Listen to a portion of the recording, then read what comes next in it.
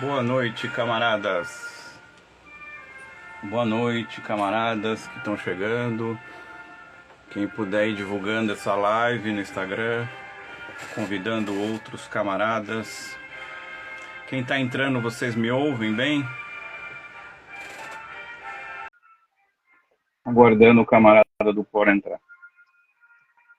Boa noite. Enquanto isso, eu vou falando um pouquinho. Quem puder já está chamando outras pessoas, divulgando a live.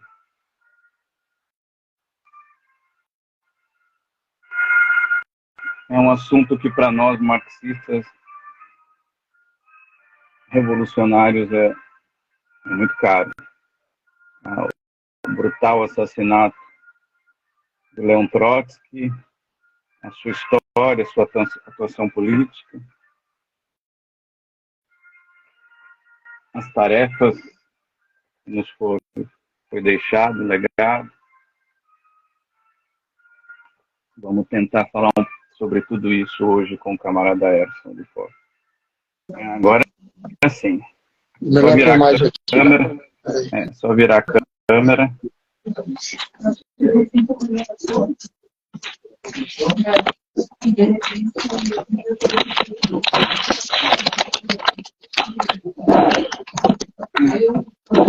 Acho que se você aí. Então, fala, camarada. Tudo em ordem aí? Tudo em ordem. Dá para ouvir bem? Eu estou ouvindo. Você está me ouvindo? Estou ouvindo perfeitamente. Então tá bom, já começamos bem a live. Eu já bloqueei um stalinista logo de cara aqui, que veio falar Viva Stalin, eu já bloqueei. Como é que estamos, camarada? Tudo bem? Tudo bem. Vamos começar. Tá bom. Vamos começar exatamente agora? Vamos lá. Deixa eu só fazer uma breve apresentação. Primeiro, uma grande satisfação em tê-lo aqui conosco. Camarada Erson é um camarada trotskista de larga história no Brasil e internacionalmente. É um camarada que é um dos fundadores, um dos grandes fundadores do POR Brasil. O POR Brasil faz parte, junto com o POR boliviano, junto com o POR argentino e o POR chileno, pelo Comitê de Enlace pela reconstrução da Quarta Internacional. O camarada é um professor aposentado pela PUC, foi diretor da ProPUC, tem uma larga experiência acadêmica, mas, no mesmo tempo, sempre foi uma pessoa extremamente humilde, nunca fez uso da sua condição para qualquer outro tipo. Sempre foi um militante aí de grande importância.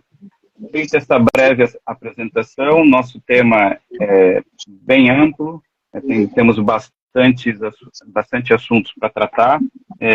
Te dou a palavra e vamos que vamos. Ei, Walter, é a segunda vez que faço uma entrevista com você. É sempre um prazer. Essa disposição sua de divulgar, pôr em discussão as posições do marxismo, leninismo, trotskismo, e em particular hoje, as ideias de Trotsky. Talvez a gente possa um dia até fazer uma entrevista dessa sobre o próprio Lenin, né? Sim. Sabe que nós editamos um livro sobre o Lenin que foi fruto de uma exposição sistemática no jornal Massas, que a gente, a cada 15 dias, expunha um aspecto, e praticamente tem uma história do pensamento leninista nas suas várias etapas, E também publicamos muito material do Trotsky, Temos, eu acredito que seja correta a informação de que a primeira tradução e publicação em livro do novo curso, que é de 1923, que deu origem à oposição de esquerda russa, foi ditada pelo POR, foi traduzida, inclusive, por nós e editada por nós. Eu até fiquei sabendo porque, numa discussão na TV Comuna, né, me fugiu da memória o nome dele, a sua esposa havia traduzido o novo curso e ele até se referiu ao lançamento do novo curso, né? E até lembrei que nós já tínhamos publicado anteriormente.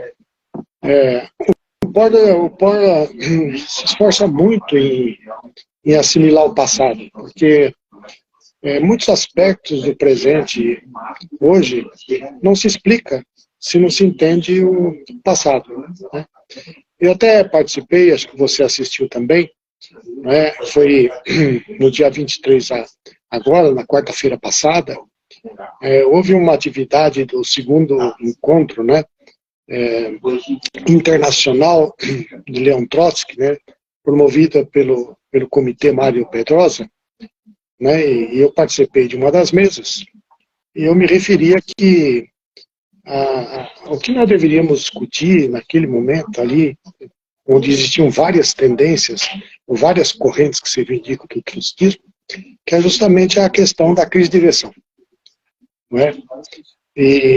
Porque as políticas que as correntes têm desenvolvido no presente, né, o que mais ressalta nesse momento foi qual foi a posição diante do bolsonarismo, diante da ascensão, da volta do Lula ao poder, a construção de uma frente ampla, né, a participação do PSOL praticamente no governo, e tem dentro do PSOL tem correntes que se reivindicam do trotskismo, né, como o MES, por exemplo, né, que estava na mesa. Então, você vê que esses confrontos que nós temos, essas separações até muito radicais entre as correntes que se reivindicam do trotskismo, né, na mesa lá ficou muito claro, né, que o POR estava com uma distância que é intransponível com certas posições que foram expressas ali pela resistência, pelo representante do MES, não é isso? Ali defendendo o pessoal. Isso tem a ver com o passado, né? Tem a ver com um revisionismo que se instalou dentro da própria Quarta Internacional. Então, para concluir essa primeira ideia, né, eu acho que é muito importante que haja esse esforço de não ocultar o passado, né, de trazer ele ao presente, e trazer o presente na forma de resposta aos problemas que estamos vivendo. Né? E cada vez que nós respondemos a um problema que estamos vivendo, está lá presente o passado. Vou dar um exemplo para você, bem clarinho. Né? A guerra na Ucrânia. Né? A guerra na Ucrânia, ninguém entende a guerra na Ucrânia corretamente, em todos os seus elementos, seu desenvolvimento, se não se entende a restauração capitalista. Não se entende a guerra da Ucrânia fora da desintegração da URSS.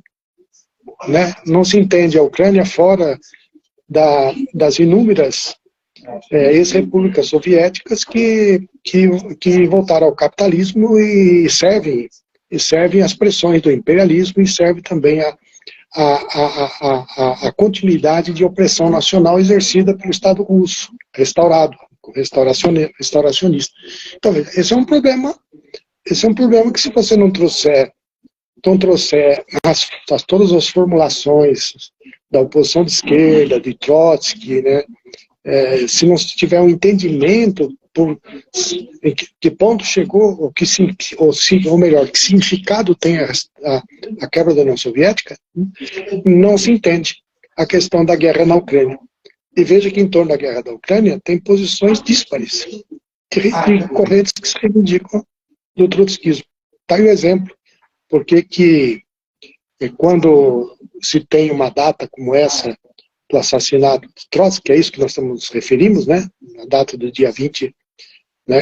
Que foi 20 de agosto, que foi o assassinato de Trotsky, né? Nós estamos fazendo essa discussão em função desse momento, né? E não é prestando simplesmente uma homenagem a um crime bárbaro do stalinismo, né? Mas para recuperar suas ideias, trazer suas contribuições e, sobretudo, né, demonstrar o acerto histórico de Trotsky, né? Se nós tivéssemos uma União Soviética avançando, o socialismo se fortalecendo, né, o Partido Comunista Russo lá apresentando realmente que era um partido que seguia o bolchevismo, as suas formas, se nós tivéssemos isso, o troço estava morto, o troço estava liquidado na história, né? Mas justamente que pela negativa a história confirmou que Trotsky está certo e não tem como ser marxista fora desse embate que Trotsky travou na União Soviética. E não tem como ser leninista fora desse embate que Trotsky travou na União Soviética. Então essa é a primeira consideração que eu faria para você. Perfeito. Camarada, assim, eu acho que você já deu uma introdução da nossa live. Eu gostaria de te fazer um pedido para a gente contextualizar. E eu acho que é fundamental você ver o grau que a coisa chega, né? Uma live sobre Trotsky, alguém entra aqui para falar viva Stalin. Então, assim, a despolitização da esquerda é fruto de um processo histórico, né? A gente tem que analisar as coisas pela própria história. Então, eu gostaria que, se fosse possível, você fizesse uma breve contextualização da importância da Revolução Russa dentro daquilo que a gente chama a Revolução de Outubro, né, a tomada do poder pelos bolcheviques, o papel fundamental que Trotsky liderou como líder, criou e liderou um grande exército, formou esse exército do nada, que foi por toda a Rússia, lutando contra diversas forças do imperialismo e forças internas também. A importância desse homem na Revolução junto a Lenin, o grande líder até então, e que após a morte de Lenin, começa todo um embate, literalmente, de vida e morte das ideias do proletariado dentro do Partido Bolchevique.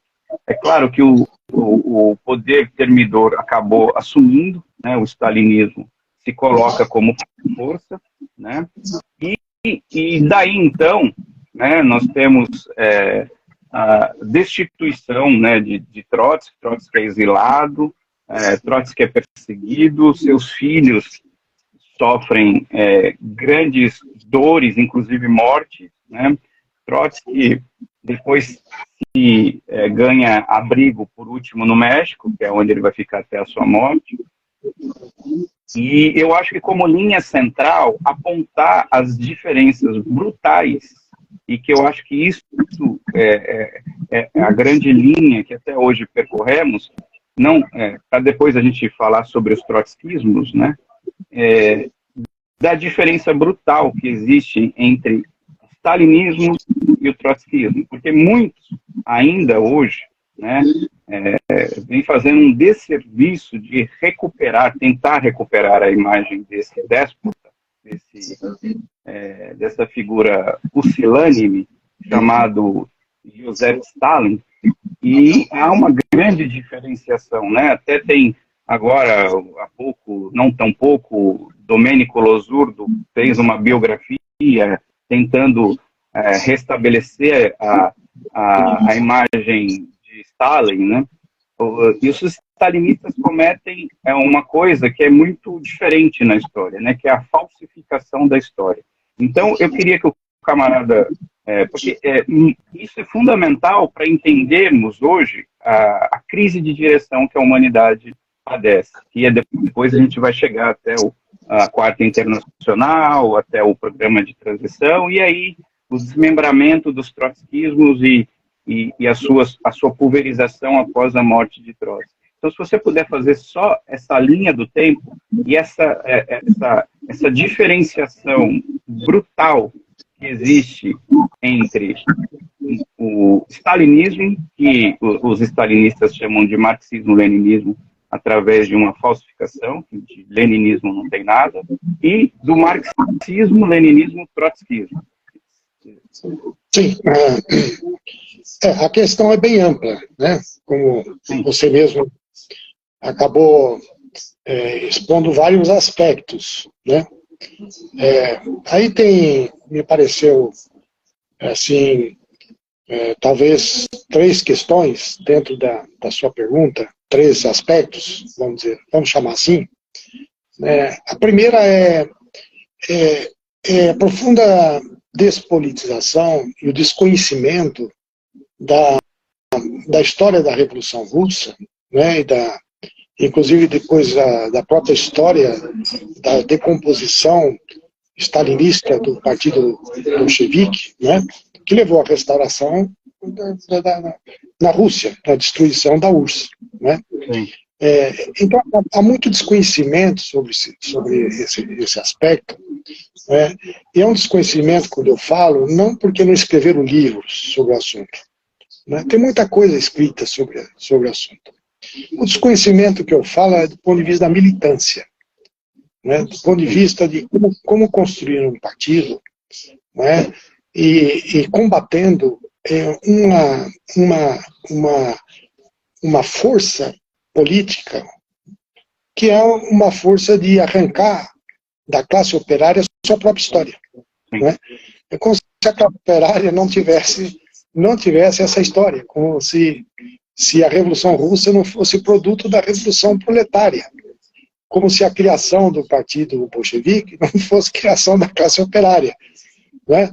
Sim. Né? E como se a degeneração do partido bolchevique, a stalinização da URSS, não fosse um fenômeno contrário à classe operária, certo?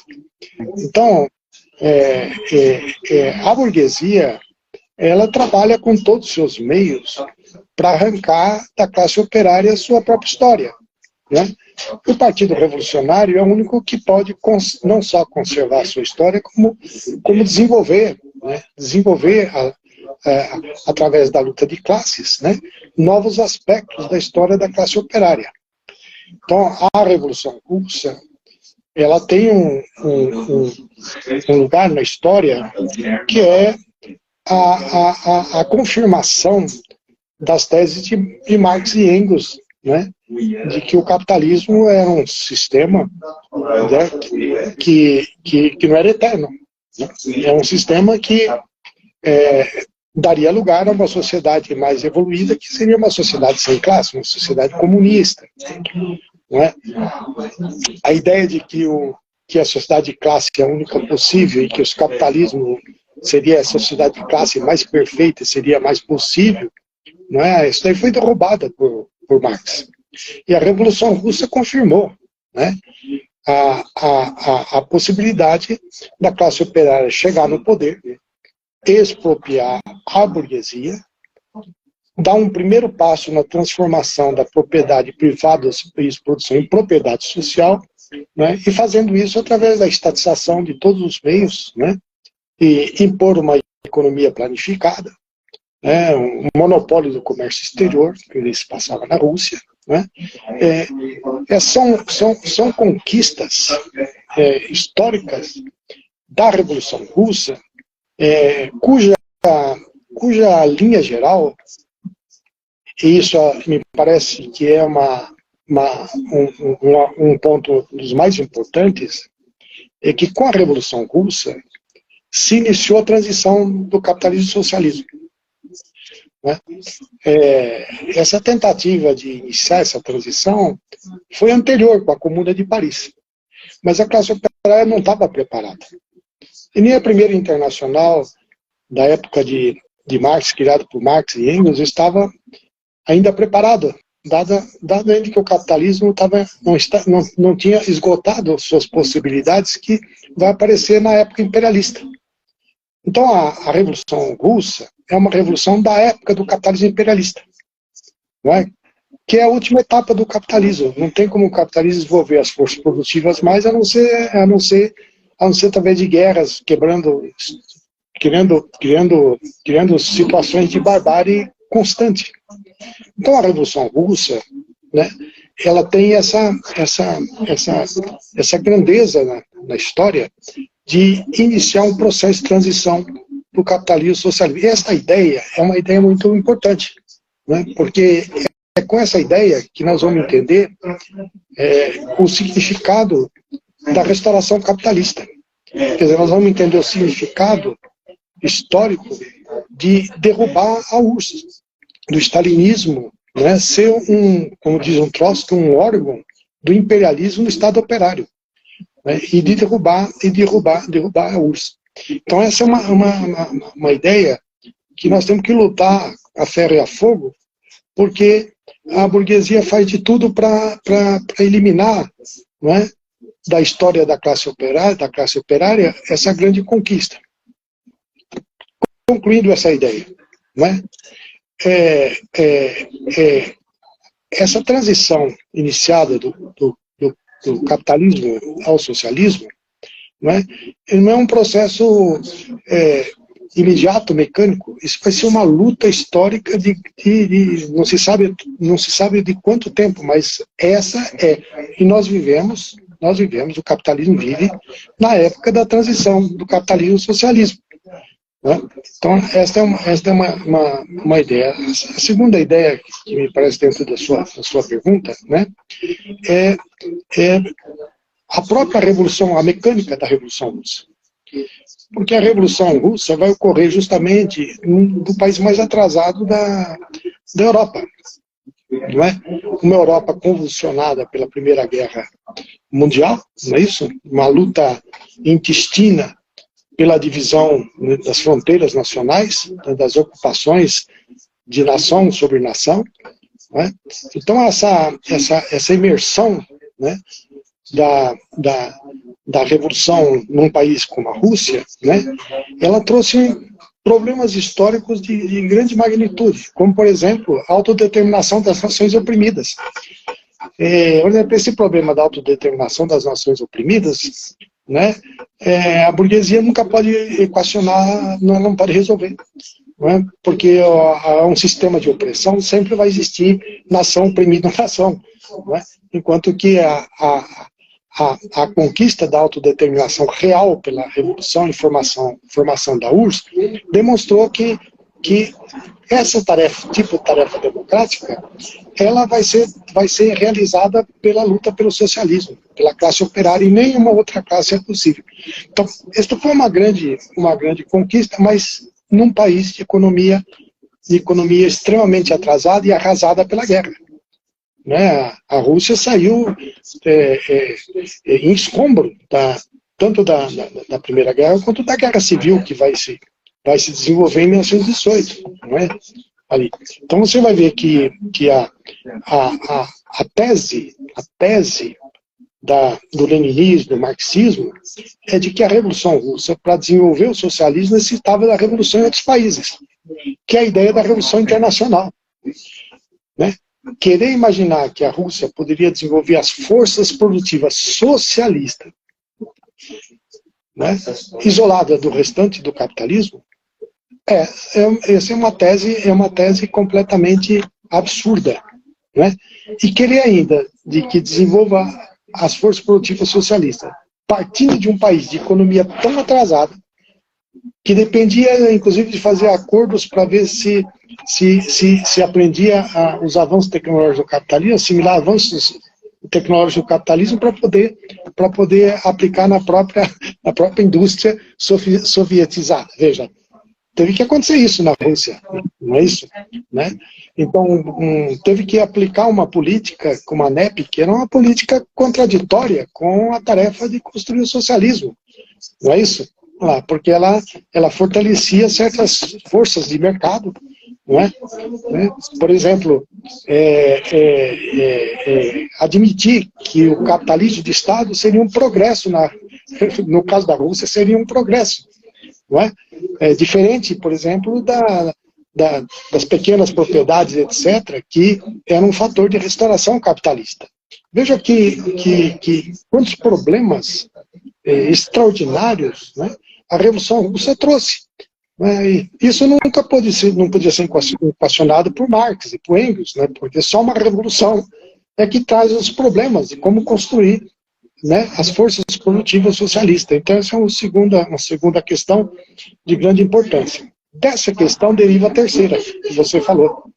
O que é que distingue o leninismo do stalinismo, ou o marxismo-leninismo do stalinismo? Não é isso? Nós temos plena consciência, né, de que o pilar da revolução, o pilar do ponto de vista ideológico, do ponto de vista da compreensão, da visão mais profunda de todo o processo revolucionário, foi Lenin. Né? Tanto é que Trotsky esteve em conflito com Lenin, né, quando houve a cisão dentro da social-democracia, né, russa, né, em que Trotsky não ficou com os bolcheviques. Ele vai se equivocar na questão do partido. E ele vai reconhecer essa questão. Mas vai acertar em muitas outras, né? Como a formulação da revolução da teoria da função permanente, que o Lenin também vai formular, por outros caminhos, vai formular também a teoria da função permanente. Né? Que Lenin não deu tanta ênfase nessa tese, mas ele incorpora nas suas ideias gerais a ideia da função permanente, porque ela está ligada ao internacionalismo proletário e está ligada também nas diferenças de países. Os países não são iguais, são capitalistas, mas não são iguais. Um capitalismo de economia atrasada não é igual ao capitalismo de economia avançada. Um capitalismo de economia super atrasada, onde existe expressão pré-capitalista muito forte, é diferente de um país já capitalismo atrasado, mas de uma economia mais industrializada, mais avançada, não é isso? Então, a revolução permanente, ela vai ter um valor muito importante para o Trotsky, que no processo da revolução na Rússia não aparecia, né? Embora o resultado estava dizendo isto. Qual era o resultado? Né? Que uma revolução democrática na Rússia, que era necessária ser realizada, seria apenas um momento, né? um elo para uma revolução proletária. É isso? Olha lá, então essa ideia esteve presente na própria Revolução Russa, mas ela não foi um elemento vetor, não aparecia como um elemento de discussão teórica, etc., embora ela já tinha surgido, já em 1905, no Trotsky fala da Revolução Permanente. Mas ela vai ganhar uma importância, a Revolução Permanente, justamente quando o stalinismo vai começar a se implantar como uma tendência contraposta a toda a construção leninista que havia chegado à Revolução. Né? Em que ela vai se chocar? Ela vai se chocar na ideia de que, sem a Revolução Mundial, a Rússia não tem como desenvolver as forças produtivas socialistas. E aí está um elemento da Revolução Permanente, que passa a ter vai se elevar, vai ter uma importância justamente nesse momento. Aí você vai ver, aí vamos ver muito claramente, né, como que as formulações de Lenin, né, elas são muito vinculadas às decisões práticas. O Lenin era um homem, né, de ação, né, e suas ideias nunca estavam fora, né, de tendências práticas, né, que ali se colocavam. Então, a ideia do Lenin, né, era que a Rússia passaria por uma grande dificuldade, né, se mantivesse um isolamento mundial. Né? Agora, como o Lenin morre né, em 24, né, o problema estava começando ali, né, porque a revolução vai se afirmar em 1919. 1909, então, quando a Guerra Civil, o proletariado vence a Guerra Civil e expulsa os imperialistas, né, que rodeava ali né, o centro da Revolução, é nesse momento em que o Lenin começa a ir formulando uma política, né, de construção das forças produtivas socialistas, é quando ele morre. Então aí entra exatamente, historicamente, uma cisão que começa de uma maneira pouco definida ainda, e nem podia ser muito bem definida, que era quando o Lenin indica, olha, aqui nós estamos vivendo um problema que é de burocratização do Estado, a burocratização do partido. A classe operária não tem como construir o socialismo se a classe operária não continuar sendo o fator de impulsionar, né, todas as decisões. É a classe que impulsiona as decisões. Não pode ser um partido isolado da classe. Né? Ela tem que ser expressão sempre da classe. Essa tese do Lenin, né, que começa assim, né, era um sentimento. O Lenin estava na doença, ele estava no leito de enfermidade e pensando problemas dessa natureza, né, quando ele diz claramente, olha, aqui Stalin vai ser um grande problema para o Estado operário. Né? E ali começa, então, já com Lenin, começa a luta contra o stalinismo, com Lenin. Embora não se formulava a ideia entre stalinismo e nada. Tanto é que trotskismo é uma denominação que foram os stalinistas que fizeram. Né? Então, acho que essa é a questão histórica desse processo. Certo. Eu acho que a gente poderia estar pensando, né, o quanto que, a partir desse processo, as coisas começaram, né, o processo contra-revolucionário, porque a história é objetiva e subjetiva, ela é dialética. Então, tinha todo um fenômeno externo, um fenômeno interno acontecendo ali interno no partido. Então, tal atitude começou a gerar uma burocratização incrível do aparelho, né? O proletariado passa a ter cada vez mais uma voz passiva, né? Então os soviets vão perdendo o seu poder de fato, né? Começa uma estruturação hierárquica dentro do partido, né? E aí eu acho que a gente poderia estar falando por exemplo, que eu acho fundamental, até para quem não é um grande conhecedor desse processo histórico, que culminaria depois nos processos de Moscou, na morte, na prisão, na perseguição de companheiros bolcheviques, né? E Trotsky, né, tentando formar uma oposição de fora da Rússia, né? Mas com todas as dificuldades, porque nesse momento o partido comunista, né, então Partido Comunista da União Soviética, já tinha uma influência muito grande por todo o mundo, né, e que culminaria até depois na dissolução da Terceira Internacional pelo próprio Stalin.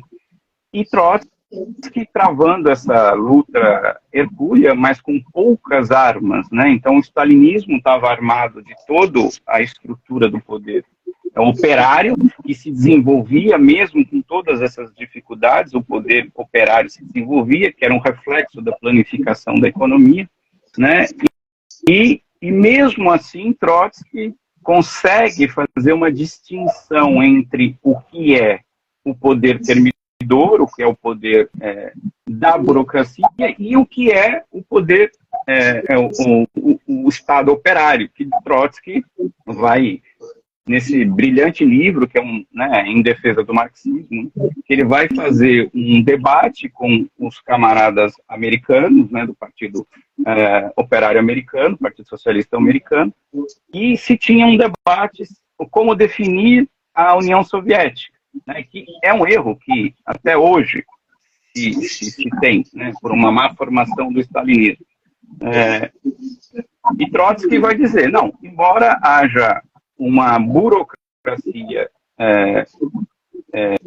brutal, violenta e bonapartista, nós não podemos distinguir, nós temos que distinguir o que é burocracia e o que é Estado operário e a conquista do proletariado. Então, Trotsky vai fazer uma caracterização do Estado operário degenerado e Trotsky vai, a partir desse diagnóstico, ele vai fazer um prognóstico que é o seguinte: ou o proletariado se organiza novamente na Rússia e toma o poder político da burocracia, destitui a burocracia, e talvez esse era o grande temor de Stalin e da sua camarilha, e se estabelece novamente o poder dos soviets, né, e reconstrói, e aí nós vamos partir para um dos pontos da nossa live, e se reconstrói uma nova internacional, porque até então Trotsky brigava no interior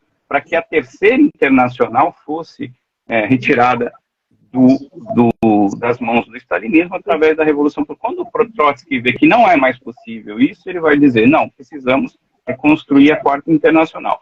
E é importante dizer que, embora todo esse legado histórico de Trotsky seja incomensurável, as forças contrárias a ele eram também incomensuráveis, porque nós estamos falando de um poder avassalador que estava na mão do bonapartismo, ao ponto de ditar grandes equívocos na história, contra-revolucionários, né? Por exemplo, o stalinismo começa já nesse momento com a sua teoria de que era necessário se fazer alianças com as burguesias, se desenvolver o capitalismo para depois fazer uma revolução, que primeiro se deveria se fortalecer somente o socialismo naquele país, e assim sucessivamente começa até a construção das ideias de frente populares, até chegar à Segunda Guerra Mundial, o apoio com o nazismo, e todos os equívocos internacionais que custaram tão caros ao movimento proletário, tanto na Rússia, e Trotsky vai dizer,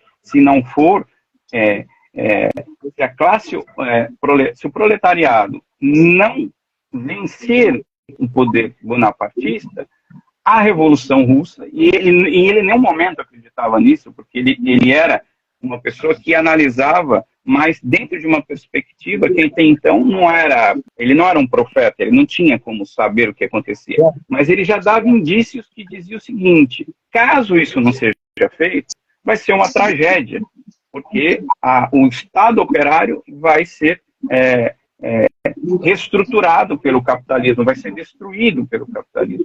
Ele dizia isso com todas as letras. Então, nós estamos falando de um texto de 1938, 39, e que Trotsky fazia um diagnóstico tão preciso de algo que ia acontecer 50 anos depois.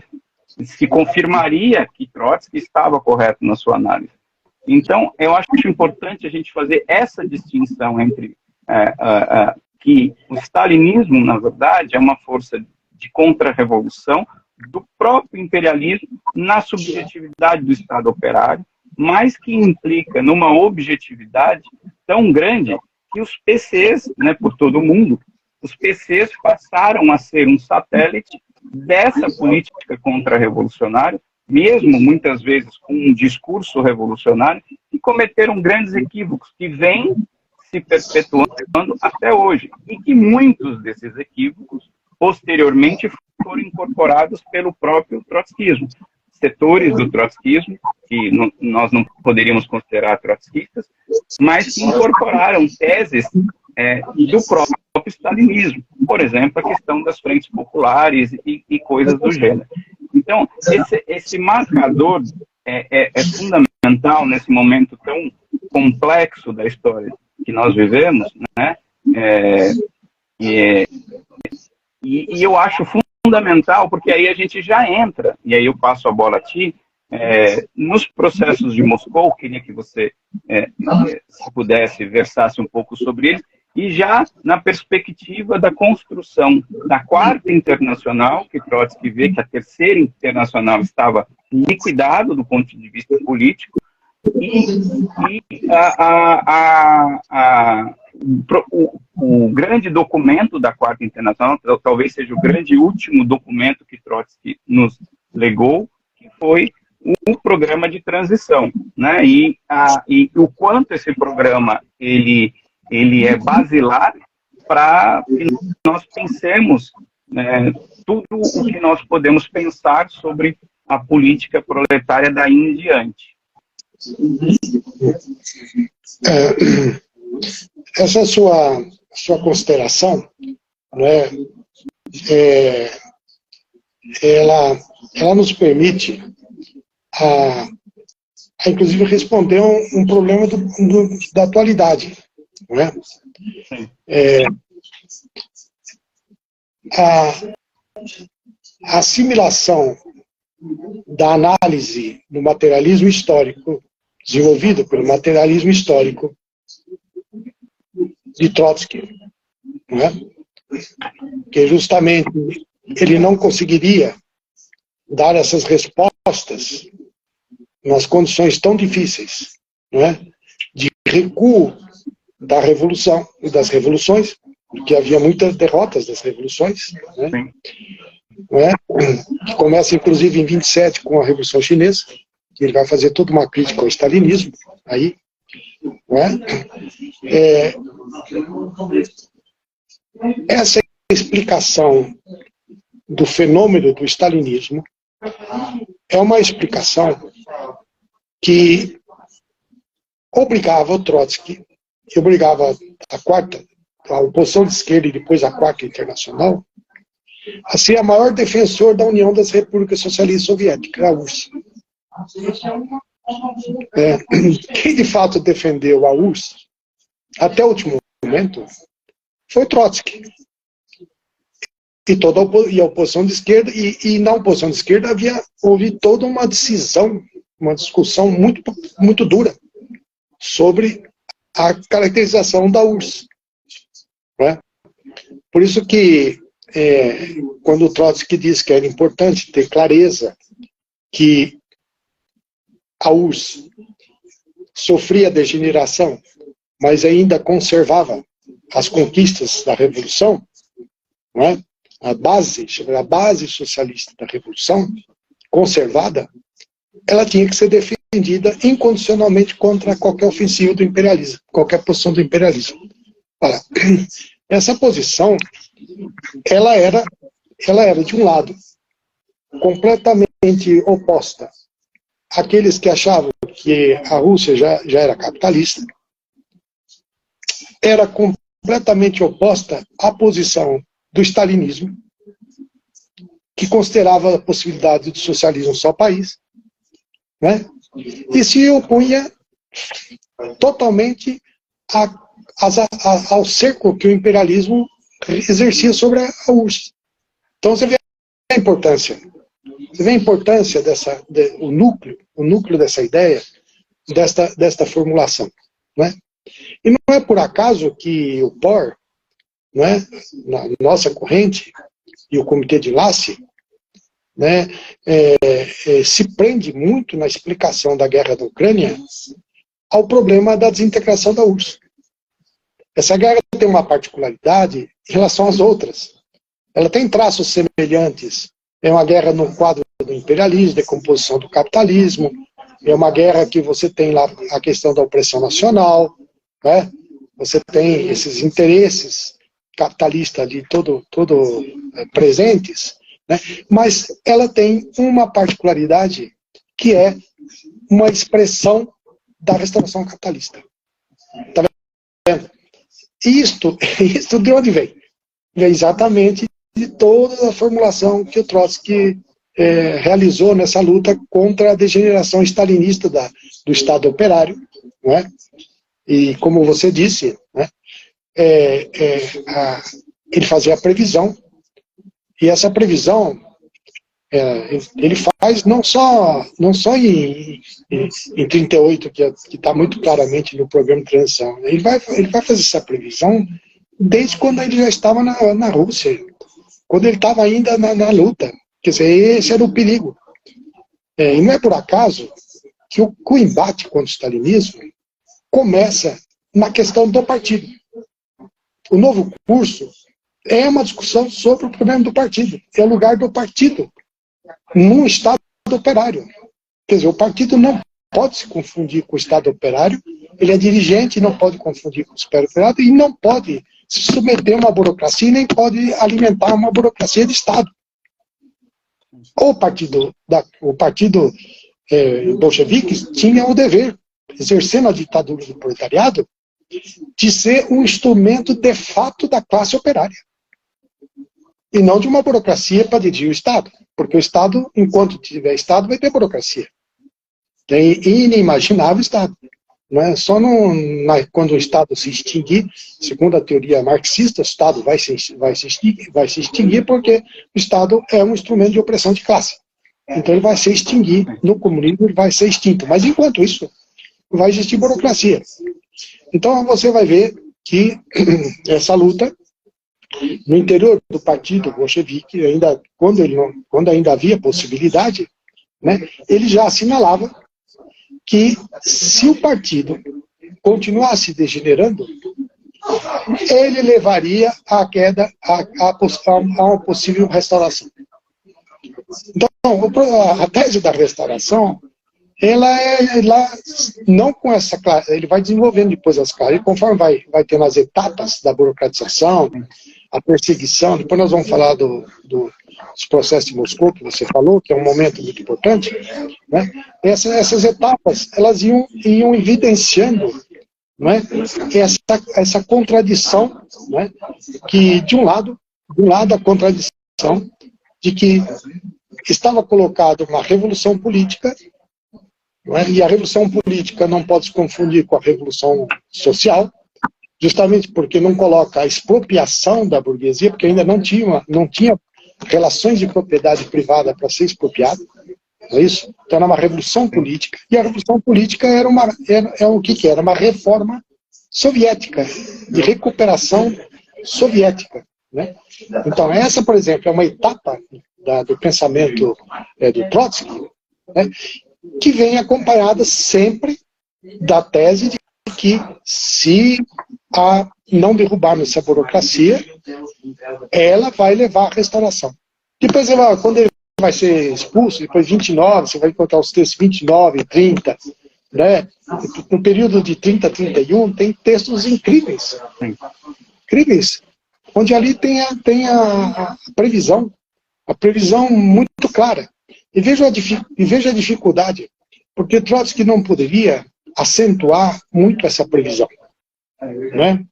Não podia dar nenhuma ideia de pessimismo, nenhuma ideia de que entre essas duas tendências, né, a maior probabilidade era a da restauração. Ele não podia trabalhar essa ideia, porque ele estava lutando com o corpo, alma, com tudo, né, fazendo de todo o possível para que esta tendência, forte tendência bonapartista, ou essa forte tendência do termidor, que é a contra-revolução dentro da revolução, né, não se agigantasse, não se fortalecesse. Né? E por isso que Trotsky vai travar vários embates, né, contra o Partido Comunista e contra a Terceira Internacional, onde tinha revolução. Por exemplo, a Revolução Espanhola. A Revolução Espanhola foi um laboratório.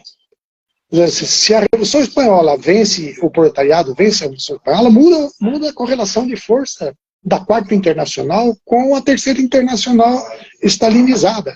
Não é isso? Se o proletariado alemão avança contra o fascismo e derrota o fascismo, ele muda a correlação de força também nessa relação entre a oposição de esquerda e a Quarta Internacional contra a Terceira Internacional, já com toda a sua revisão. Então, veja,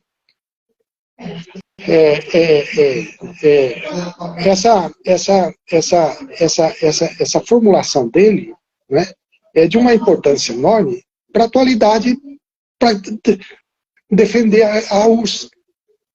Quando nós falamos que a URSS, a derrocada da URSS, interrompe um processo, né, material, concreto, né, não histórico geral, mas material concreto, a transição, ele vai retroceder a transição do capitalismo ao socialismo. Quando nós falamos isso, é uma defesa brutal da URSS, porque foi a obra mais completa que a classe operária criou e ainda não se tem outra.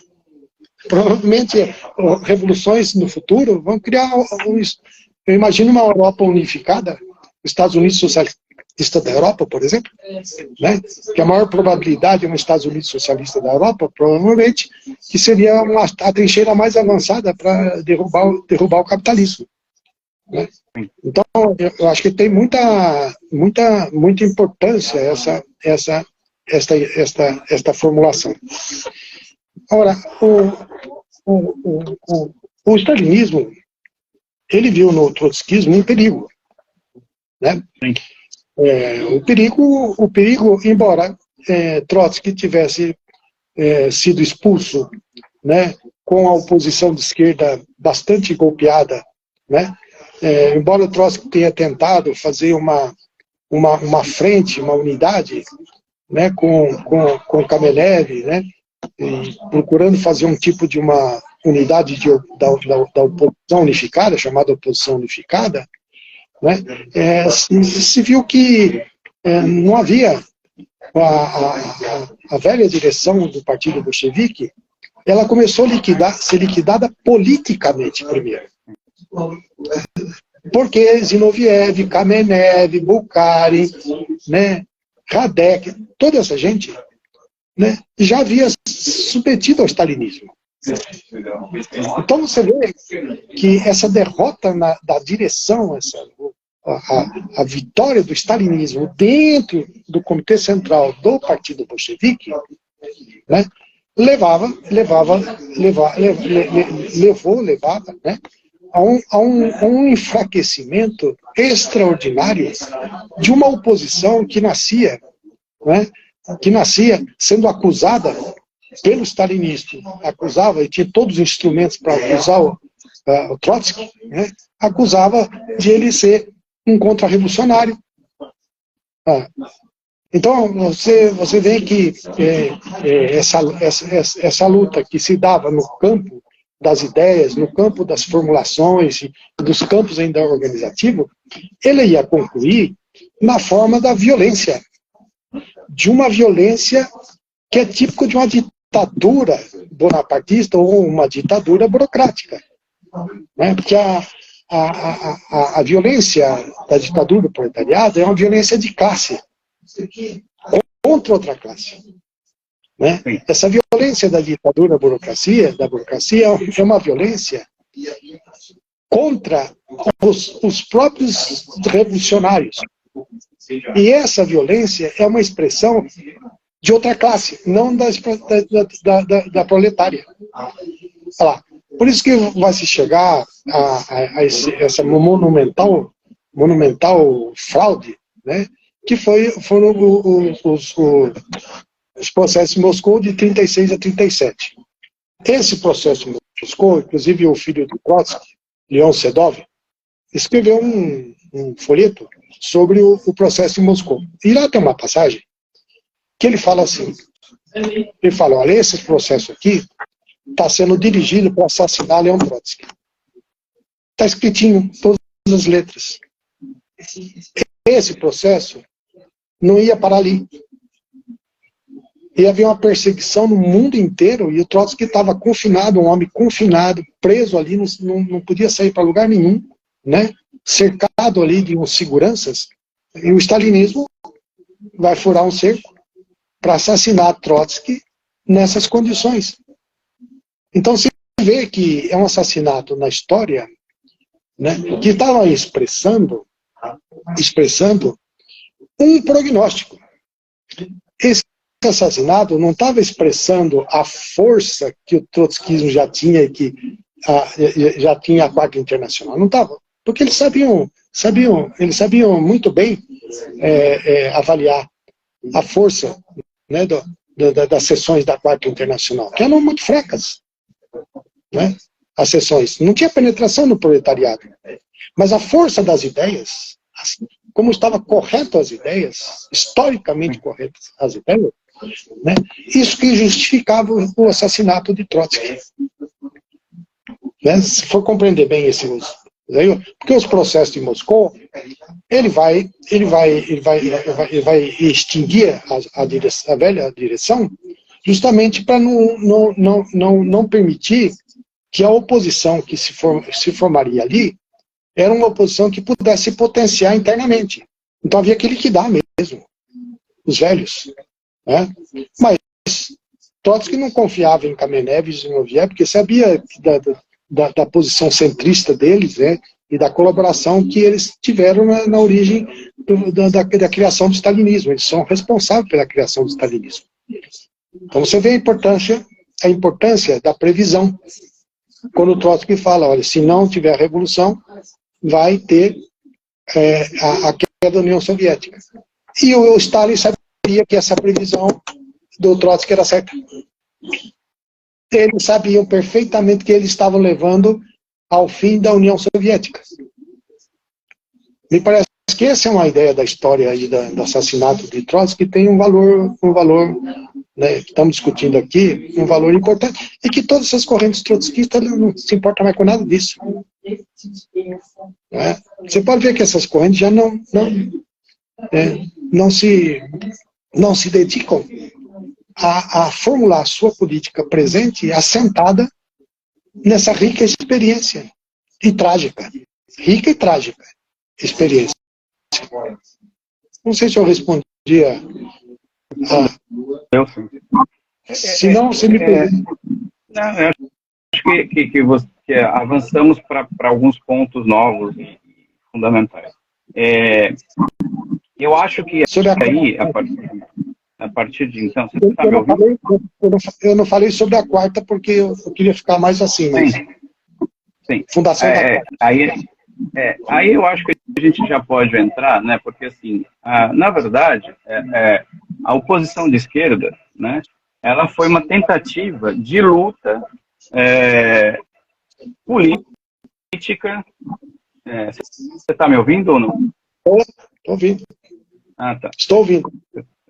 É uma tentativa de intervenção política, de luta política, no interior do partido russo e em todo o mundo.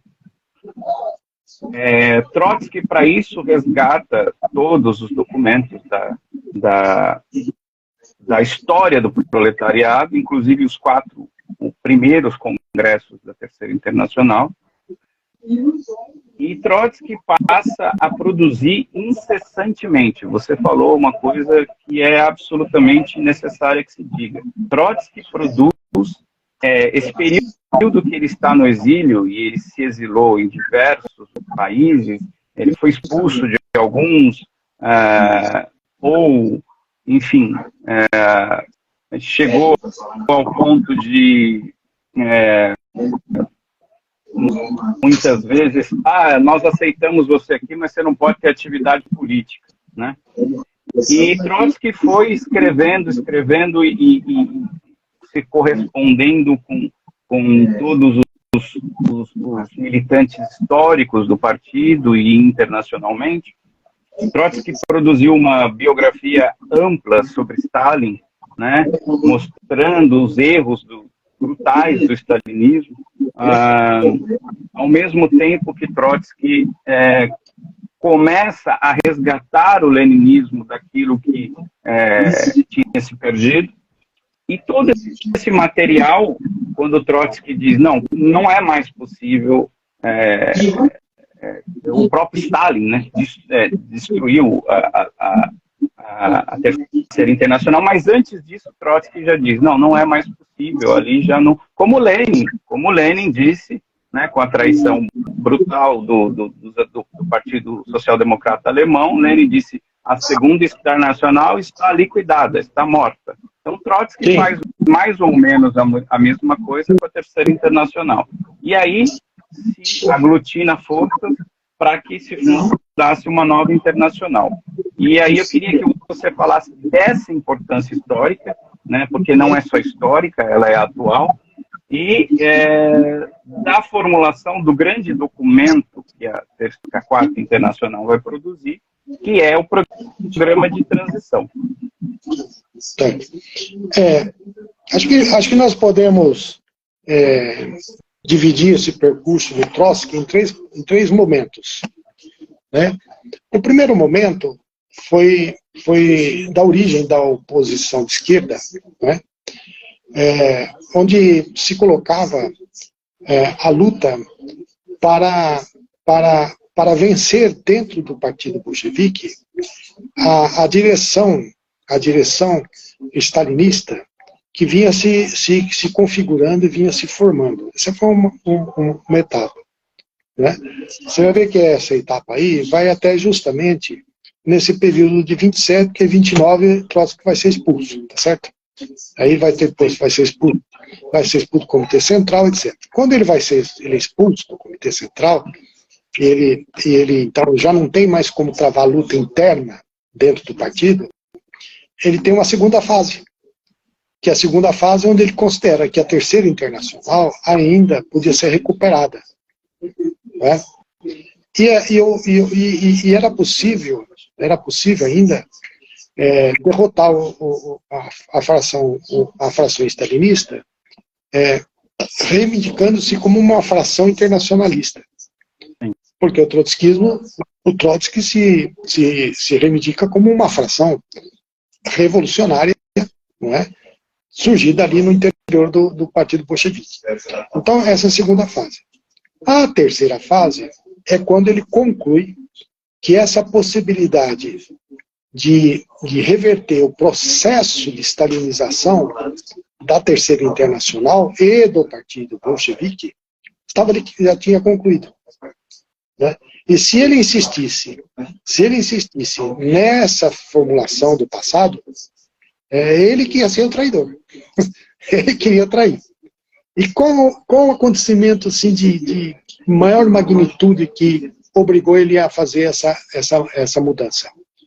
Foi o ascenso do nazismo, do fascismo. Quer dizer, em 1933, Trotsky muda a posição. E quando? Justamente quando Hitler, né, ascende ao poder. E aí, então, a colaboração, a política de colaboração, né, dos erros todos do terceiro período da política stalinista, depois os erros da Frente Popular, né, que é do 7º Congresso, estabelecer a Frente Popular, Frente de Coração de Classe, foi considerado aí já como não havia mais possibilidade de reverter esse processo internamente, né? Então aí é a terceira fase, vamos chamar da terceira fase, onde então ele fala, olha, agora vamos partir para construir uma outra internacional. Isso acontece em 1933. Isso tem uma luta interna, tem uma briga interna, porque tem uma parte da oposição de esquerda que fala, não, temos que continuar no mesmo caminho. Olha lá, né, queriam uma certa inércia, né, interna, uma certa inércia de que uma virada dessa seria perigosa ali. E Trotsky, não, agora é a hora. Né? Foi o que Lenin fez também. Quando o Lenin falou, não, agora é a hora, tem que virar isso daqui, não podemos continuar mais junto com a social-democracia, que senão vamos trair junto com ela. Né? Aquilo ali foi uma ruptura, assim, brutal. Né? E aí o Trotsky mais ou menos segue a experiência leninista. Você pode ver que tudo que eu estou falando, essas três etapas aí, é bem típica do que o bolchevismo viveu na sua luta contra a social-democracia. Né? Vai ser bem típica a luta de Trotsky contra o stalinismo. Né? Que esse era o grande problema ali. Já não era mais social-democracia, era o stalinismo. sem desconsiderar a importância da social-democracia, é claro. Sempre ela foi contra-revolucionária ali, sempre foi perigosa. Né? Então, a Quarta Internacional, ela vai surgir num quadro onde já estava claro o triunfo do stalinismo dentro do Estado operário. Estava claro que o stalinismo, como uma força, né, contra-revolucionária, já controlava os partidos comunistas no mundo inteiro com as suas teses reacionárias, né, inclusive colaborando para uma derrota como a da Revolução Espanhola. Então, a Quarta Internacional vai surgir nesse quadro de profundo retrocesso. Ó, diferente da terceira, que a terceira, embora surja numa primeira guerra, no seio de uma guerra, mas as forças revolucionárias estavam em ascensão. O que vai acontecer aqui é que as forças revolucionárias, né, começam a ser derrotadas e há um processo de retração com a ascensão do nazismo na Alemanha, em 1933. Por isso que você vai ver que dali 5 anos, em 1938, que vai ser fundada a Quarta Internacional, ela vai aparecer, né, como uma organização ainda embrionária. Do ponto de vista organizativo, é uma organização embrionária. Ela não tinha seções fortes plantadas na classe operária. Isso era um trabalho depois de toda uma época. Isso era um trabalho que ia se realizar toda uma época. E com certeza, né, se tivesse uma direção que tivesse entendido tudo isso, tivesse assimilado tudo isso, né, depois do assassinato de Trotsky, essa direção ia aproveitar muito esse crime de Stalin para impulsionar a Quarta Internacional. O que faz essa direção que vai suceder, que vai ser o herdeiro de Trotsky? Quem seria o dirigente que estaria à altura de dar continuidade à obra de Trotsky? É a mesma coisa se na Rússia não tivesse Trotsky para ser o herdeiro de Lenin, para dar continuidade, quem seria? Se você tomar do que se passou. Se não surgisse outro, nenhum daqueles que estavam ali iria cumprir essa função, esse lugar, esse espaço. Né? Então, a Quarta Internacional, o seu programa de transição vai ser todo uma síntese de um processo que vem da Revolução Russa, não é? E a Revolução Russa que vem das lutas de Marx e Engels, né, desde a Comuna de Paris, ele vai ser essa síntese. E a importância dele está em que ele é uma expressão da luta contra a restauração capitalista. Esse é o maior importância do programa de transição.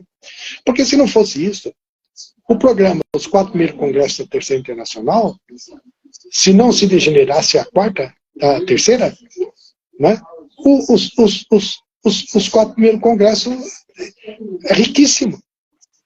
É riquíssimo tudo, até hoje. Qualquer problema que você quiser responder, você tem que ir lá nos 4 primeiros congressos. Se você quiser entender o programa de transição, você tem que ir lá nos 4 primeiros congressos. Não tem jeito. Ali tem um programa, né, internacional, que é o mais avançado e que o programa de transição não podia superar. O que o programa de transição podia fazer é conservar. Era conservar de um lado e de outro lado defender. Porque a luta contra o stalinismo era a defesa dos 4 primeiros congressos da Internacional Comunista. Olha lá. Por isso que a Quarta Internacional não só cria, não só aprova na sua conferência o programa de transição. É toda a luta de Trotsky conserva o que foi o programa, o que é o programa até hoje. O programa da Terceira Internacional dos 4 primeiros congressos. Você está vendo a transcendência histórica da questão? Né? Acontece que a tragédia é terrível, que os dirigentes que estavam ali né, não se colocaram à altura e acabaram dissolvendo a Quarta Internacional através de do quê? Qual foi o maior desastre da Quarta depois de Trotsky? É que essa direção que estava lá foi incapaz de continuar a luta contra o terminador stalinista. Eles não conseguiram lutar contra a destruição da URSS. Esse foi a tragédia da edição da Quarta Internacional, que em 1953 inicia uma revisão, baseada em que a revisão que ele iniciou? No fortalecimento do stalinismo, porque a burocracia saiu fortalecida na aliança da Segunda Guerra. Uma aliança que saiu fortalecida provisoriamente, porque o imperialismo saiu acima de tudo, saiu com uma hegemonia norte-americana que ia reestruturar tudo para quebrar a Rússia. A Rússia não, desculpa, para quebrar a URSS. Né? Então você está vendo que é por isso que estilhaçou toda a Quarta se estilhaçou, e todo esse amontoado de correntes é o resultado, veja, do revisionismo. E como essas correntes não vão buscar suas raízes do revisionismo, elas continuam no atoleiro. E continuam reproduzindo essa política centrista, né, diante dos governos nacionalistas, dentro dos governos chamados da nova esquerda, não é? E aqui vimos como se utiliza as categorias, as implicações do fascismo para poder se submeter ao PT, submete ao PT em nome da luta contra o fascismo, né? Coisas dessa natureza. Então, acho que a Quarta Internacional foi fundada daqui uma semana, né? Acho que é no dia 3 de setembro, foi fundada a Quarta Internacional, portanto, ela é anterior, logo em seguida foi o assassinato de Trotsky, e é um vínculo, né, muito claro entre a fundação da Quarta e o assassinato de Trotsky. Né? Eu acho que esse é o balanço histórico, na minha opinião, que nós somos obrigados a fazer. Porque se nós não fizermos muito bem esse balanço histórico, nós não vamos compreender a destruição da URSS. Eu sempre bato nessa tecla. Nós temos que defender a URSS à morte. Não é coisa do passado, falar, não, mas já acabou, já... Não. A URSS foi destruída por uma contra-revolução e uma outra revolução. O que o Trotsky afirmava com todas as letras? Literalmente. Se o stalinismo, a contra-revolução, o termidor, se impuser, vai ser necessário uma nova revolução de outubro. Isso é literal. Está escrito. Uma nova revolução de outubro. Então, se nós não entendemos isso daí, como é que vamos nos apoiar nesse fundamento de uma nova revolução de outubro? Eu vejo que essas correntes pouco se importam. A Rússia é coisa do passado, né? Agora, o socialismo para eles é um socialismo pós-União Soviética. E nós dizemos não. O socialismo é anterior à União Soviética. E nós vamos ter que voltar lá. Temos que botar nossos pés lá. Essa é a minha compreensão, e acho que a compreensão do POR, me parece que do Comitê de Enlace também. Você entrou num ponto que é fundamental, que quando a Quarta se coloca como força política necessária, que na verdade a Quarta nada mais foi do que a voz do proletariado, aquela situação do termidor, no sentido de resgate histórico do marxismo-leninismo. E Trotsky faz essa luta mesmo enfraquecido, né, de vida e morte, que acaba com sua morte, mas ele deixa um documento fundamental junto com a Quarta Internacional, e aí a gente pode entrar nele, né? Então a Quarta Internacional, embora tenha, depois da sua morte, passado por um processo também de liquidação, mas foi uma liquidação diferente, né? Foi uma liquidação de dentro para fora, né? e que gera equívocos até hoje no trotskismo, né? Tem até aquela famosa piada, né, que um trotskista forma um partido, 2 formam uma fração e 3 uma cisão.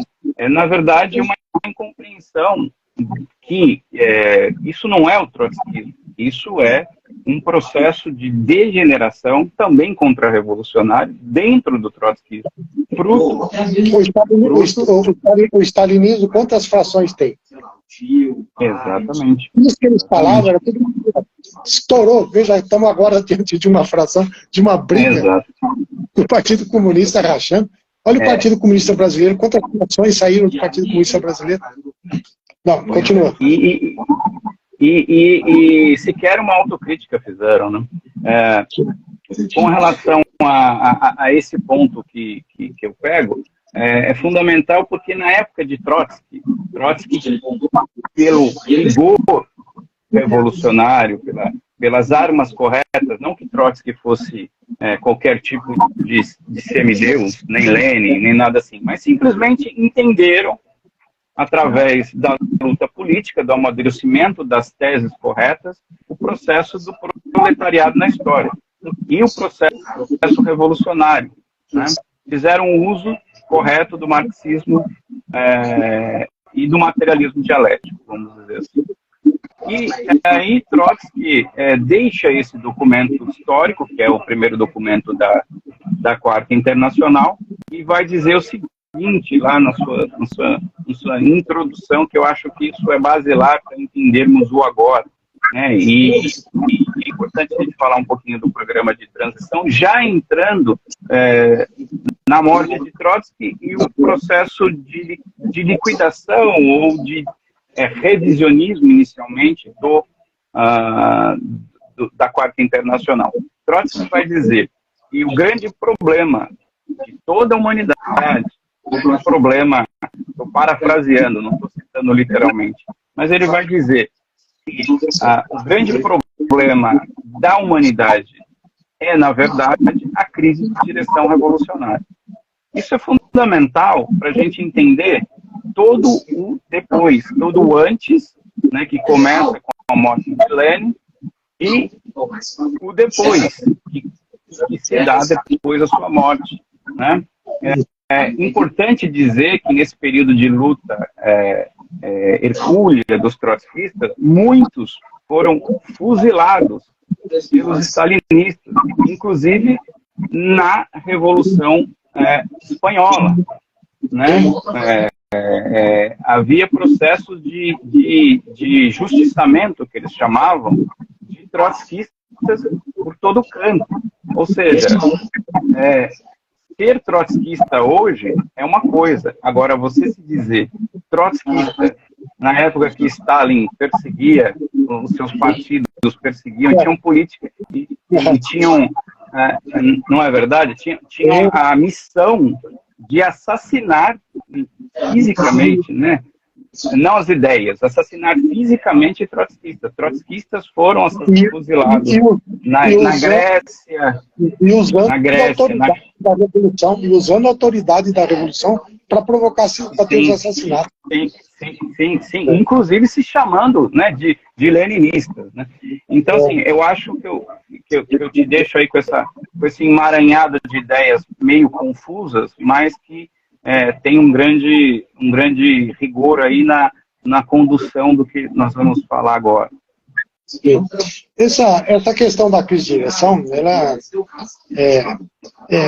às vezes ela é usada, às vezes no abstrato, né? Na discussão, às vezes no abstrato dela. Nós estamos diante de um precipício, então esse precipício está aumentando nossos pés e nós falamos crise de direção. Mas a crise de direção sempre tem que ser entendida nos seus fundamentos históricos. Inclusive, como partindo desses fundamentos históricos, você luta para superar a crise de direção. Então, quando foi escrito o programa de transição, a crise de direção tinha determinadas características, determinados fatores que estavam ali. A crise de direção correspondia justamente ao processo de burocratização e de praticamente liquidação da Terceira Internacional. Essa era a crise de direção. Concreta. Não é? Mesma coisa, ó, você tinha a Segunda Internacional na época do Lênin. Se não houvesse uma luta e construída uma Terceira Internacional, eles estariam lá em crise de direção. Não é verdade? Sim. Verdade. A crise de direção apresentou na Primeira Guerra, foi superada, porque uma revolução e tem um partido que levou a revolução e era internacionalista e armou a Terceira Internacional. Então, o programa de transição, quando se refere à crise de direção, ele está se referindo a esse fato concreto, né, de um revisionismo que se realiza pelo stalinismo ao internacionalismo proletário e as inúmeras derrotas que vão ocorrer da classe operária, não por falta de luta, mas pela traição das direções. Então, isso vai, tanto é que vê a questão da Revolução Espanhola é 36, ela teve um peso enorme na elaboração da crise de direção. Se você pensar, tem uma enorme importância a crise de direção. Hoje, quando nós falamos da crise de direção, nós nos referimos à destruição da URSS.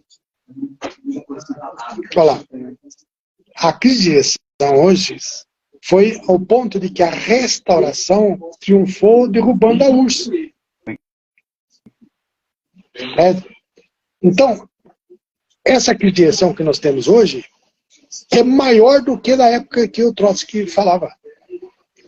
Porque quando o Trotsky elabora a crise de direção, ele dizia: a Quarta Internacional em nossa luta pode vencer se nós derrubarmos a burocracia.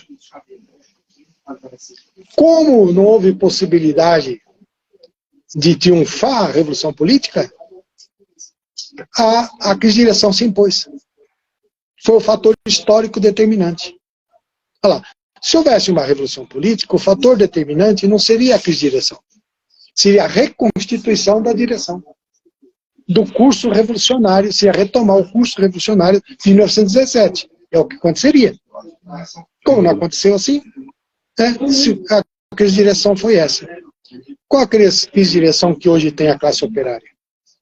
É que os partidos comunistas foram arrancados todos da classe operária, stalinizados, e não conseguimos, a quarta, substituí-los na classe operária como partidos revolucionários. Então nós temos uma guerra da Ucrânia que é bárbara, né? E a classe operária está ainda amarrada pelas suas direções burocráticas, pró-governamentais, e a classe operária não está reagindo. Se a classe operária se ergue contra a guerra na Ucrânia, o programa proletário para responder à guerra na Ucrânia, ela ia se potenciar. Então, você está vendo, a crise de direção que nós temos hoje, ela é mais profunda do que quando foi formulado o programa de transição. Bom, se nós não tomarmos essa consciência, eu participei no debate ali, acho que você deve ter visto o debate de quarta-feira, né, que eu estava na mesa.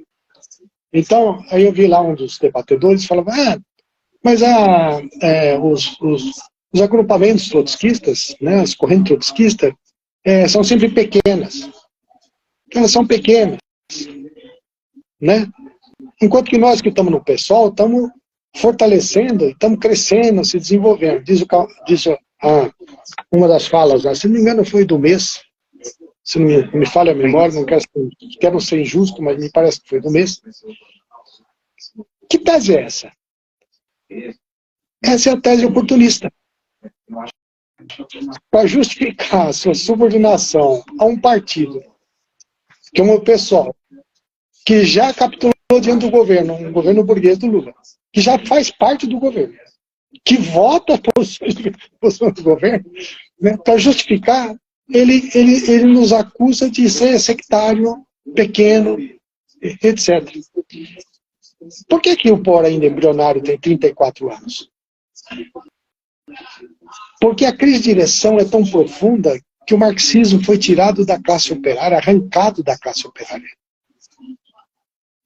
Pega a história do Partido Comunista no Brasil. Em 40, o Partido Comunista elegia até senador. Sim. É, não é? O Partido Comunista tinha comitê de fábricas, fábricas enormes. Se não me engano, em Capuava, aqui, ele tinha uma célula importante de operários, né? O Partido Comunista. Porque a ideia do comunismo, né, ela se projetou no Brasil no momento em que a luta de classes e a industrialização ela foi se estabelecendo, né, e como o anarquismo foi perdendo seus fundamentos, suas forças, etc., o comunismo, né, veio à tona, criou o Partido Comunista. Então, veja, uma parte da classe operária se reivindicava como comunista, votava nos comunistas. Está vendo? Olha lá. Isto foi arrancado da classe operária. E ela foi mutilada pela coloração de classe. Nós temos uma classe operária hoje que desconfia do seu sindicato. Uma classe operária que não quer se sindicalizar porque ela diz, eu não quero dar dinheiro para esses sem vergonhas. E eu vi isso o operário falar para nós, na porta da fábrica. Mas por que você não quer sindicalizar? Por isso. Não sei se você viu a entrevista de um companheiro que foi demitido da Volkswagen. Ele deu uma entrevista para a mesa de debate. Ele falou, não, porque não sei o que lá, e eu peguei e me desfiliei. Né? Me desfiliei. Aí isso pode. Aí um companheiro perguntou, mas veja, ele não está errado em falar que desfiliou. Eu falei, errado ele está. O problema é que, subjetivamente, ele estava numa revolta individual. A revolta individual dele era de se desfiliar. Mas ele continuou na oposição, lutando contra a burocracia, sem estar afiliado ao sindicato. Você está vendo? Eu tenho um pequeno exemplo dos retrocessos que a classe operária viveu. E aí, veja, vem o problema. Porque nós só podemos intervir na defesa da luta da classe operária com as ideias revolucionárias. Nós não podemos ocultar da classe operária a ideia de revolução, a ideia da ditadura do proletariado, a ideia da ocupação de fábrica, a ideia do controle operário da produção. Nós não podemos ocultar o conceito de burguesia, nós não podemos ocultar o conceito de reformismo, de coração de classe. Nada disso, nós temos que expor para os operários crus. Aí, tá vendo? Então, essas ideias, já que no passado foram ideias que a classe operária encarnou, essas ideias foram arrancadas da classe operária, nós temos que fazer ela encarnar de novo. E essa é uma luta de firmeza. Se você não tiver firmeza ideológica, você vai pelo caminho mais fácil. Qual o caminho mais fácil? Vamos votar em Lula porque vamos derrotar o fascismo. Esse é um caminho fácil. Quando toda a burocracia sindical lulista está vendendo a classe operária diariamente para as multinacionais. Certo? E nós sabemos disso porque nós atuamos no fechamento da Ford, nós tivemos lá. Eles arrancam o nosso boletim, o boletim da nossa classe é arrancado da nossa mão na Mercedes-Benz. Isso na cara da burocracia, nos ameaçam fisicamente. Isso é a direção do sindicato. Então nós estamos falando, nós temos que combater o fascismo, mas tem uns ditadorzinhos lá do sindicato que agem como elementos da ditadura da burguesia lá dentro. Você está vendo? Agora o cara vai na mesa e faz uma coisa. Por que é que as organizações são pequenas? Nós temos que ser grandes. Como que nós vamos ser grandes? Vamos atrás de eleição, vamos nos meter nos partidos, vamos meter no parlamento, vamos meter na corrupção da política burguesa, você cresce. Então, eu acho que essa questão da crise de direção, né, eu até insisti na minha fala nesse dia, que o grande problema dos trotskistas, se é para discutir qual é a tarefa dos trotskistas no momento do Brasil de hoje, é lutar pela superação da crise de direção e reconstruir a Quarta Internacional. Para eles, isso daí está na Lua, está no mundo da Lua. Mas para nós, não. Para nós é o que nós fazemos diariamente. Nós nos guiamos por essa tarefa histórica, tudo que nós fazemos. Quando nós estamos lutando pelo salário mínimo, nós estamos lutando pela reconstrução da Corte Nacional. Quando nós estamos lutando, veja, contra a terceirização, nós estamos lutando pela Revolução Proletária. Então, o que fazem esses reformistas todos? Que diz que são trotskistas, que estão por transição. Eles rompem o programa mínimo e o programa máximo. Eles fazem isso. Então, esse é o problema da crise de direção. Muito sério e nós levamos muito a sério. Você entrou num ponto fundamental que está presente no programa de transição, que é a diferença do programa mínimo e o programa máximo, da tática e da estratégia, e como essas duas se coadunam dialeticamente, de forma que, ao levantar, por exemplo, a bandeira do salário mínimo, no caso seria o salário mínimo vital, né, o salário mínimo que hoje seria o piso de IES, está em torno de 6 mil e pouco, eu não me recordo aqui, nós estamos automaticamente linkando a sobrevivência do proletariado, mas dizendo a ele que essas tarefas serão impossíveis de serem atingidas no sistema capitalista de produção. Assim como Lenin dizia que as revoluções nos países atrasados, né, nos países que depois a gente vai chamar de semicoloniais, né, e a Revolução Democrática Burguesa, por exemplo, ela não é mais possível dentro do capitalismo, e que as revoluções burguesas serão cumpridas como parte da Revolução Proletária. Esse entendimento, ele também diferencia grandemente o trotskismo, vamos assim chamar, do stalinismo. Interessante que depois da dissociação da Quarta Internacional, da desintegração da Quarta Internacional, grande parte dos que se reivindicavam do trotskismo incorporaram essas bandeiras que, na verdade, eram oriundas do stalinismo. E o programa de transição, entendido como um basilar para a aplicação de um programa mínimo e um programa máximo às realidades nacionais, então não é que Trotsky deixou um manual, ele, a partir da experiência do proletariado internacional, ele diz por onde o proletariado e como o proletariado deve se organizar. E aí, os camaradas têm uma experiência riquíssima na Bolívia e na construção aqui no Brasil de diagnósticos corretos e prognósticos corretos, que é a interpretação do programa de transição à realidade nacional, com as características de cada nação. Então, não é que de forma mecânica, determinista, se pega um manual e se aplica à realidade nacional. Talvez a incompreensão dos partidos ou das tendências, que na verdade não é incompreensão, é compreensão, só que compreensão de uma outra realidade que não a marxista-leninista, seja possível distinguir aquilo que nós que nos reivindicamos revolucionários, entendemos para a formação de uma esquerda revolucionária, uma esquerda que possa organizar a classe operária, né, para que ela cumpra o seu papel histórico, que é a tomada do poder e a superação do capitalismo.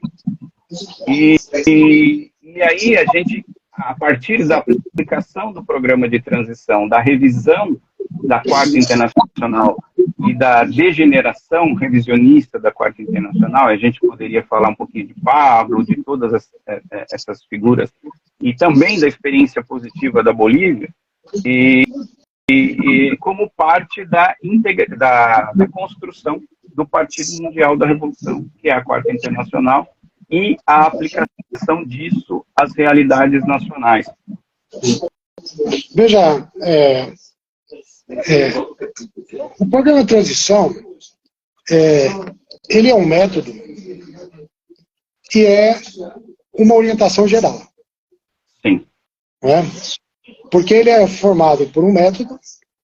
Deixa eu até te interromper um minutinho, porque eu acho que isso responde à pergunta que o Bruno me fez aqui, que ele fala. Como vocês veem a atualidade da palavra de ordem das escalas móveis de salário e de hora de trabalho? Isso aí tem a ver com o que a gente está falando. Então, desculpa Certo. te interromper. Não tem problema. Veja, então, a coisa que ele fala, a velha social-democracia, está escrito no programa de transição. Né? A velha social-democracia separava o programa mínimo e o programa máximo. Por que a velha social-democracia fazia isso? Né? Por que ela fazia isso? Porque a velha social-democracia estava expressando ainda o capitalismo da fase liberal de reformas. Por isso que a ideia de um programa mínimo era possível ser conquistado dentro do capitalismo. Né? Então eles separavam. O bolchevismo, e já na época em que o capitalismo está em esgotamento histórico, né? As conquistas da classe operária, o seu programa, a sua defesa fundamental, que é o programa mínimo, né? Só vai se impor à burguesia pela via da revolução. Né? Então, nós não vamos falar para os operários, nós não vamos conquistar o salário mínimo ainda no capitalismo. Primeiro tem que vir a revolução para depois falar. Não, isso seria um mecanicismo do problema.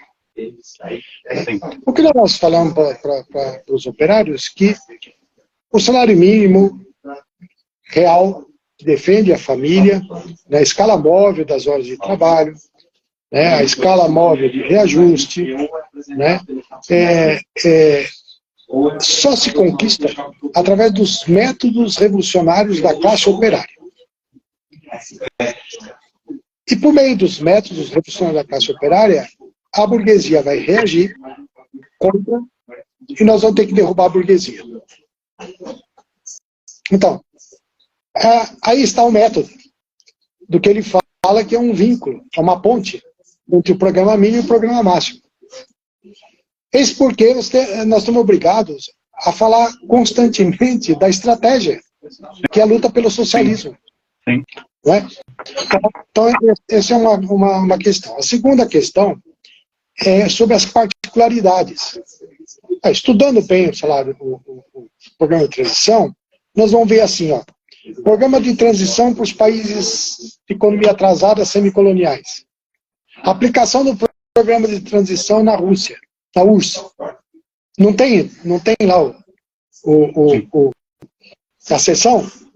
Por exemplo, se você tomar sobre o programa de transição na URSS, é a mesma coisa que o programa de transição que seria aplicado no Brasil? Claro. Claro que não. Mas os fundamentos da aplicação do programa na URSS e no Brasil não são os mesmos?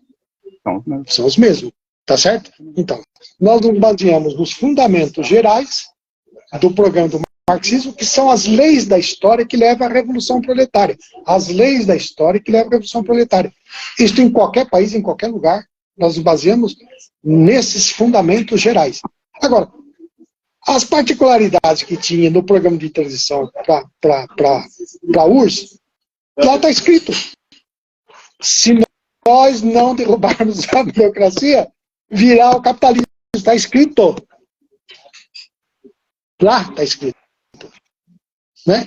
Ele está dizendo que precisa recuperar os soviets.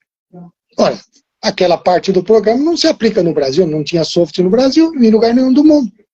Está vendo? Então, o próprio programa de transição, ele contém certas particularidades da Revolução Mundial, não é? Que são ditadas pelos fenômenos concretos da luta de classes, da domínio de classe que aparece em cada lugar, em cada parte. Por isso que nós temos que aplicar o programa de transição. Por exemplo, o Brasil. O peso da escravidão para o programa no Brasil, da classe operária, o peso da escravidão não é maior do que na Argentina? A estrutura latifundiária, a estrutura da terra do Brasil, não tem particularidades muito distintas da Argentina? A agroindústria brasileira, lá é forte a agroindústria, também não tem particularidades distintas? Por exemplo, a Argentina tem os problemas regionais que o Brasil tem? Não tem. Eles têm o problema indígena? Tem os Mapuche, mas é uma particularidade cujo peso é distinta, por exemplo, da Bolívia. A força do indígena na Bolívia, no Peru, né, no Equador, é incrível. Né? O nosso peso do indígena na Amazonas tem uma particularidade. Se você for ver a distinção entre o peso dos indígenas da Amazônia e o peso dos indígenas do Equador, da Bolívia, do Peru, para a Revolução, é distinto. Tá vendo? Então, o programa tem suas leis gerais, e aí que está o problema. Porque como que a partir das leis gerais você expressa as particularidades da Revolução? Essas particularidades da Revolução são particularidades nacionais. Mas as particularidades nacionais são determinadas pelas leis gerais do capitalismo, portanto, internacional. É isso, tá vendo? O programa de transição é isso. Agora, essa gente tem um programa de transição para nada. Eles falam que estão de acordo com a transição em palavras. Não constrói. Agora, construir um partido revolucionário aplicando firmemente esses conceitos num retrocesso histórico que vivemos, é continuar nadando contra a corrente como o Trotsky caracterizou no programa de transição. Em situação muito mais difícil. Nós estamos numa situação muito mais difícil, como eu falei, né? A crise de direção hoje é muito mais profunda do que na época que o Trotsky ainda lutava para ter a revolução política. Camarada, eu vou... a gente já está caminhando aí para 2 horas de live, uma live que ficaria aqui umas 5 horas falando contigo, um prazer incomensurável. E eu queria que é muita coisa que a gente discutiu aqui, eu queria que você, não sei se você vai conseguir fazer com as considerações finais, um fechamento para a gente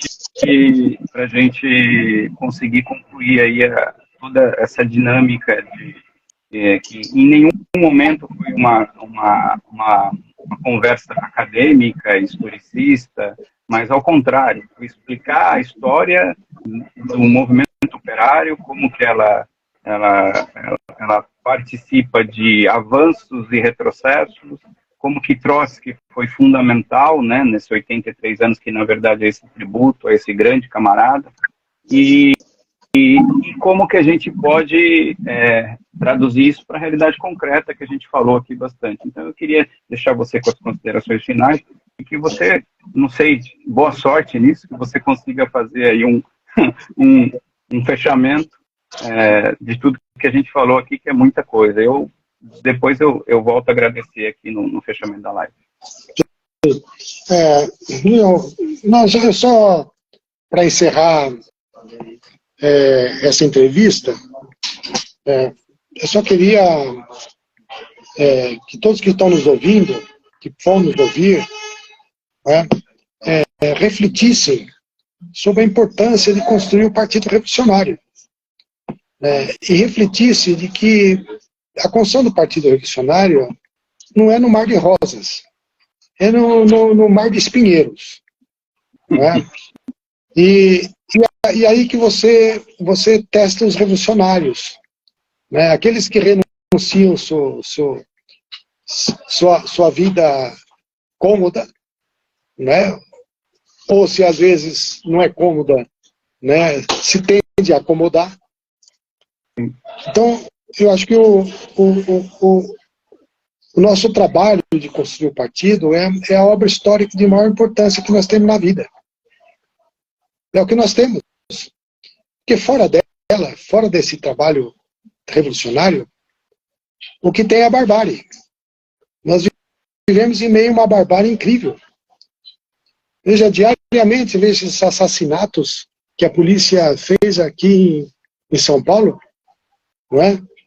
E, inclusive ocultando os cadáveres, e agora estão descobrindo que tem 20 mortos. Começaram com um número pequeno, de repente vão mostrando os cadáveres, tudo para ocultar, né, a violência policial. E na Bahia, que é dirigido pelo PT, quantos assassinatos? E quem que atinge o assassinato? É o pobre negro, é a juventude negra. Essa é uma barbárie. Quando a gente fala que a barbárie está para vir ainda, é quando a gente fala de uma terceira guerra. Mas nós já estamos vivendo na barbárie. Catarina já está na barbárie.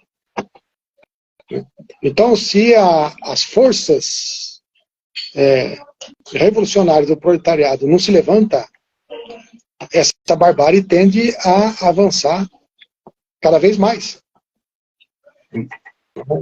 Então, é nosso dever. É um dever.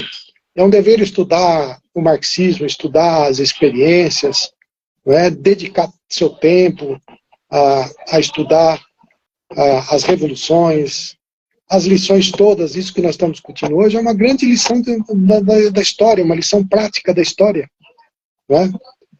Então, essa luta que travamos dia a dia, ela tem seus progressos, mas às vezes são progressos que não aparecem imediatamente. Você sabe, Walter, que o POR tem uma produção, se você considerar nossas forças, é uma produção que está acima de nossas forças. Esses 11 livros que nós publicamos, vamos para o 12º, vamos publicar um livro sobre o Loura agora, estamos trabalhando um livro Loura, não é? Mais de 200 folhetos. Nós temos uma infinidade de folhetos sobre todos os temas, todas as questões. É um trabalho que às vezes não aparece.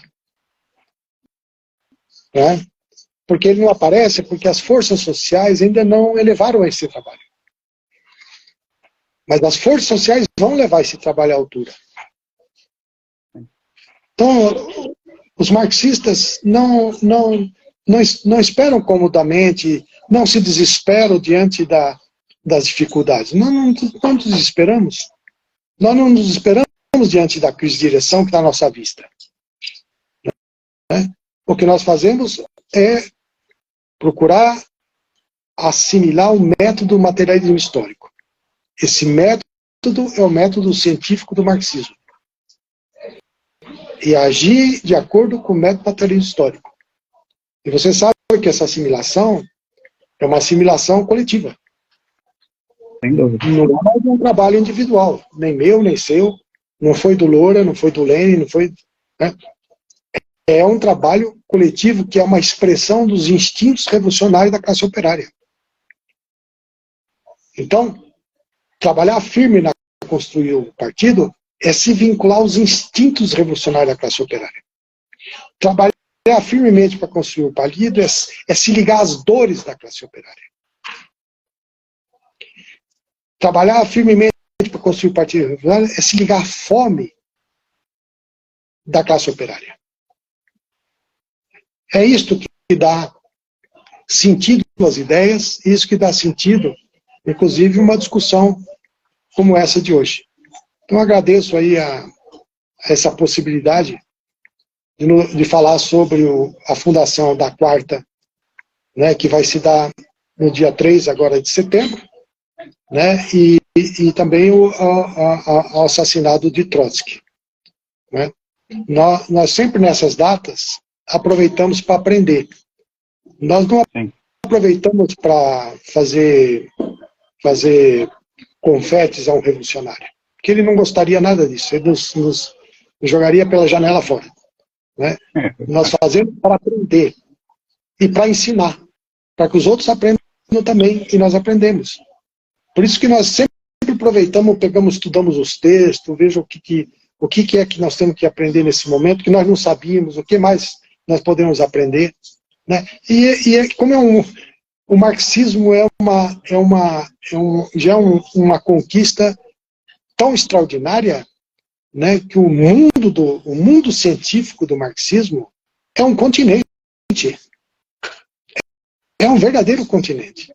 E nós estamos metidos nesse continente.